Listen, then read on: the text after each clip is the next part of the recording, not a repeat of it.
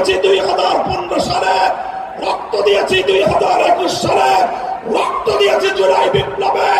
আমাদের মুখোমুখি দাঁড়াবার চেষ্টা করবেন না। সরকার যদি 8 দলীয় নেতৃবৃন্দের শান্তিপ্রিয় ভাষা বুঝতে ব্যর্থ হয়, যে ভাষায় বললে সরকার বুঝবে, আমরা সেই ভাষায় প্রয়োগ করব, সেই কর্মসূচি ঘোষণা করব।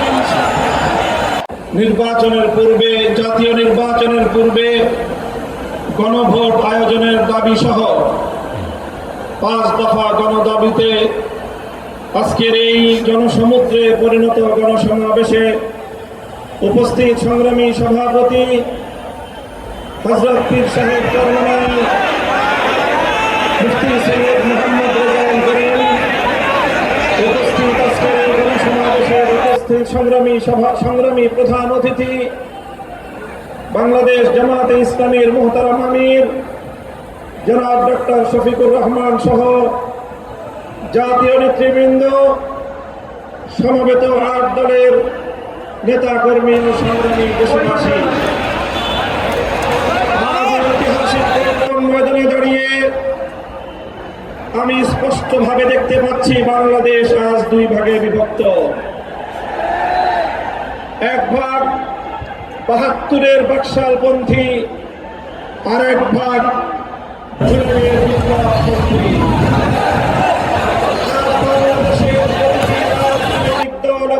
পক্ষের কাছে আমার সুস্পষ্ট জিজ্ঞাসা, সবাই যার যার অবস্থান পরিষ্কার করুন। হয় আপনি জুলাই বিপ্লবের পক্ষপাতী, আর না হয় আপনি ৭২-এর বাকশালপন্থী। ৭২-এর পরাজিত বাকশালপন্থীরা আগামী 13ই নভেম্বর বাংলাদেশের বিরুদ্ধে লকডাউনের নামে যুদ্ধের ঘোষণা দিয়েছে। আমি ঘোষণা করতে চাই,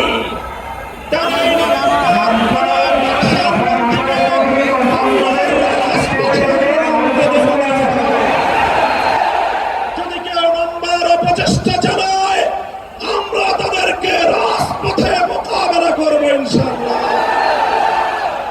সংগ্রামী সাথী ও বন্ধুগণ, 2024-এর জুলাই বিপ্লব সহস্রাধিক তাজা প্রাণের রক্তের বিনিময়ে রক্ষিত বিপ্লব। এই বিপ্লবের ভিত্তিতে আগামী বাংলাদেশ পরিচালিত হওয়ার জন্যই ঐক্যমতের ভিত্তিতে জুলাই সনদ প্রণীত হয়েছে। এই জুলাই সনদ কোন কাগজে সনদ হিসেবে আমরা দেখতে চাই না। জুলাই সনদকে আমরা আগামী বাংলাদেশের রূপরেখা হিসেবে দেখতে চাই। এজন্য আমরা 8 দলের পক্ষ থেকে বলেছি, অনতিবিলম্বে জুলাই সনদকে সরকারি আদেশের মাধ্যমে এর প্রাথমিক আইনি ভিত্তি প্রদান করতে হবে।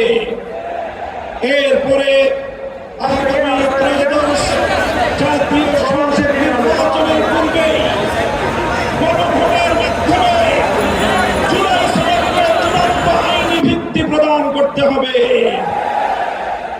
এর ব্যত্যয় হলে জুলাই বিপ্লবপন্থীরা বরদাস্ত করবে না, সেটা মানবে না।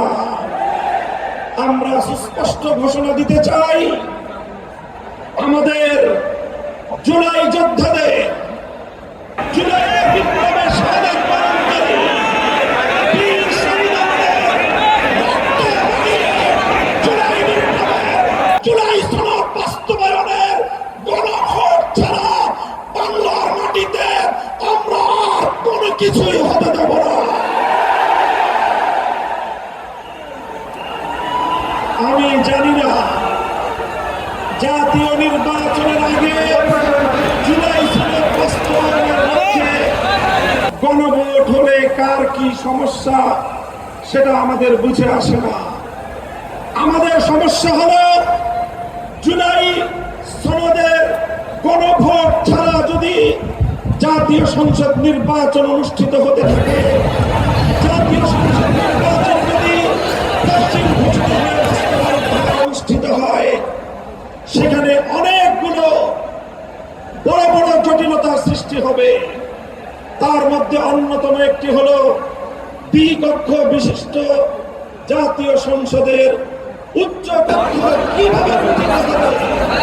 কিভাবে রাজনৈতিক দলগুলো তাদের নির্বাচনী ম্যানিফেস্টো তৈরি করবে?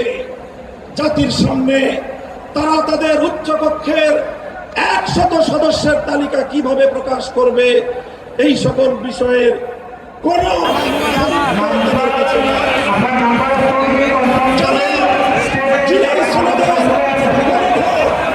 জাতীয় সংসদ নির্বাচনের আগে অনুষ্ঠানের ক্ষেত্রে বিরোধিতা করছেন। আমরা তাদের সমস্যার কথা জানতে চাই। কোন যুক্তি নাই, কোন যুক্তি নাই। তারা জুলাই সনদের বাস্তবায়নকে ঠেকিয়ে দিয়ে বাংলাদেশে আবার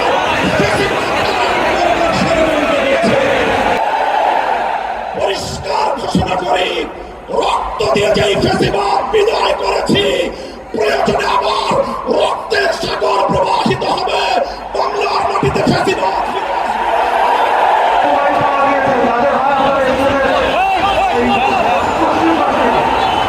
রাজনৈতিক পক্ষগুলোকে বলতে চাই, আমরা রক্ত দিয়েছি বালাকোটে, আমরা রক্ত দিয়েছি শাপলা চত্বরে, আমরা রক্ত দিয়েছি 2015 সালে, রক্ত দিয়েছি 2021 সালে, রক্ত দিয়েছি জুলাই বিপ্লবে। আমাদের মুখোমুখি দাঁড়াবার চেষ্টা করবেন না। রক্ত দিয়ে অধিকার আদায় করি, রক্ত দিয়ে বাংলাদেশ কিনেছি, রক্ত দিয়ে সংগ্রামী সাথী ও বন্ধুগণ, জুলাই বিপ্লবে আমার সকল সহযোদ্ধাদেরকে আমি বলতে চাই, রাজনৈতিক মতবিরোধ থাকতে পারে, নির্বাচন নিয়ে মতপার্থক্য থাকতে পারে, আপনারা যার যার নির্বাচন করবেন সেটা পরের কথা। আসুন, যারা জুলাইয়ের বিপ্লবের রাজপথে ছিলেন, জুলাই বিপ্লবের সনদের আইনি ভিত্তি কার্যকর করার জন্য আমরা হাতে হাত রাখি। সংগ্রামী সাথী ও বন্ধুগণ, সর্বশেষ বক্তব্য, আগামী 13 তারিখ জুলাই সনদের গণভোটকে কেন্দ্র করে সরকারি সিদ্ধান্তের আমরা দাঁড়িয়ে আছি। সরকার যদি জনগণের শান্তিপ্রিয় ভাষা বুঝতে ব্যর্থ হয়, সরকার যদি 8 দলীয় নেতৃবৃন্দের শান্তিপ্রিয় ভাষা বুঝতে ব্যর্থ হয়, যে ভাষায় বললে সরকার বুঝবে, আমরা সেই ভাষায় প্রয়োগ করব, সেই কর্মসূচি ঘোষণা করব ইনশাআল্লাহ।